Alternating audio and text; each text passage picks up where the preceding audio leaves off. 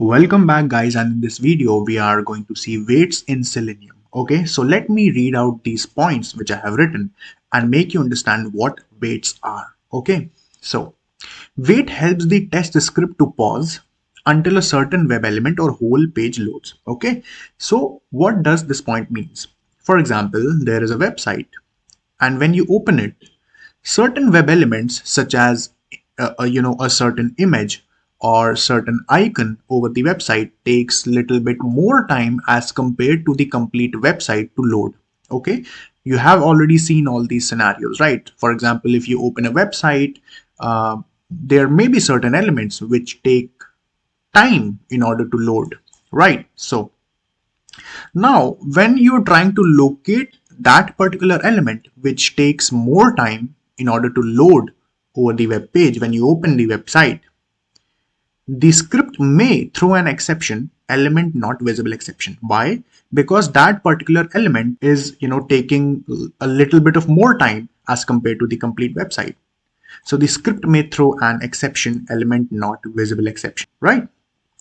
So there are total three types of weights: implicit weight, explicit weight, and fluent weight, right? So I hope that you are clear with why weights are required, right? Let me tell you once again, when you open a website, there are certain elements which take time to load as compared to the complete website, right?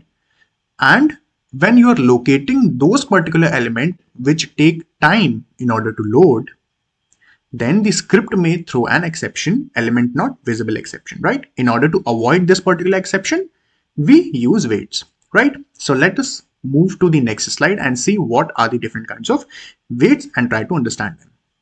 So the first weight is implicit weight. And what is implicit weight? The implicit weight is a global weight, right? So let me read out these points and tell you. The implicit weight tells the WebDriver the maximum wait time when searching for elements before throwing an exception. Okay, I hope you understood this. That the implicit wait tells the WebDriver the amount of time to wait for searching elements before throwing an exception. Which exception? This particular exception, element not visible exception. Okay, so the implicit wait tells the time to wait. It tells the WebDriver to wait for a certain amount of time before throwing an exception that the element is not visible, right? Let me move to the second point. So the implicit wait is a global wait. What do I mean by global?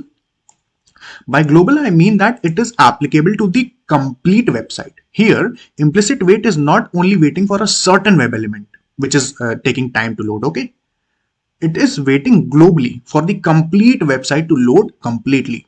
Okay, so implicit wait is a global and it is applicable to all the web elements present over the web page. Okay, I hope this is clear. So now moving to the third point, since implicit wait applies to all the web elements, you do not specify any expected condition on the element. Okay, what does this point mean? This point will be more clear to you when I'll write the script. So do not worry. Okay, I'll tell you what the expected conditions are. Basically, this point is saying that implicit wait applies to all the web element, okay, over the web page, right? You know this.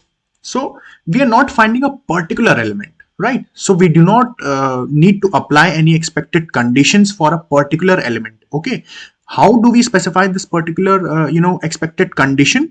I'll tell you when I'll write the script. Okay, so coming on to the explicit wait.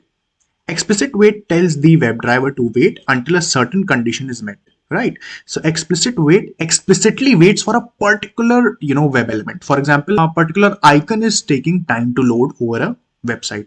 So you will explicitly wait for that particular icon in order to load, right? You will not wait for the complete website to load, right? So this is what explicit wait is. So we apply expected condition, certain condition we apply in order to locate that particular web element which is taking time to load. Okay, what is that condition? I'll tell you.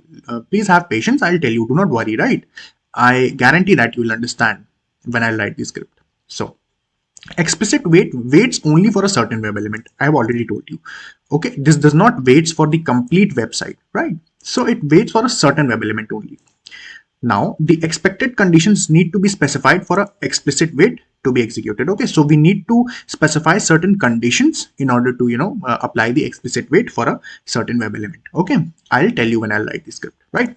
So implicit wait we can write at the starting of the script only, because it waits for the complete web page or the website. For explicit wait, before finding that particular element, before writing the line driver.find element by, right, and then the locator, just above that driver.find element by, we need to apply the explicit wait. I hope you're understanding what I'm saying. I'll tell you when I write the script, right? So I hope you're trying to understand if you followed me since the very initial lectures.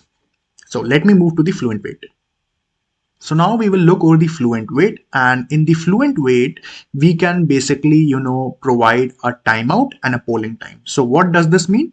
This means that in the fluent wait, we can basically, so now we will look at the fluent wait. In the fluent wait, we provide, specific timeout and a polling time in order to wait for a particular web element, right? So it is a kind of explicit wait only. And for example, if you provide a timeout of 40 seconds and a polling time of 8 seconds, then every eighth second script will look for the web element.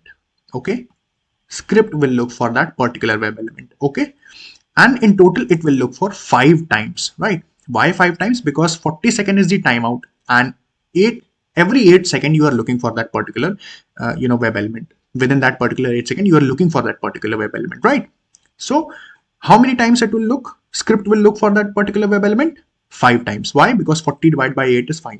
Okay, I hope you're understanding. 40 seconds is the total timeout for the script to wait for the particular web element, and the polling time is 8 seconds. So every 8 seconds it will look again and again. So 5 times in total it will look, right? So this is what fluent wait is.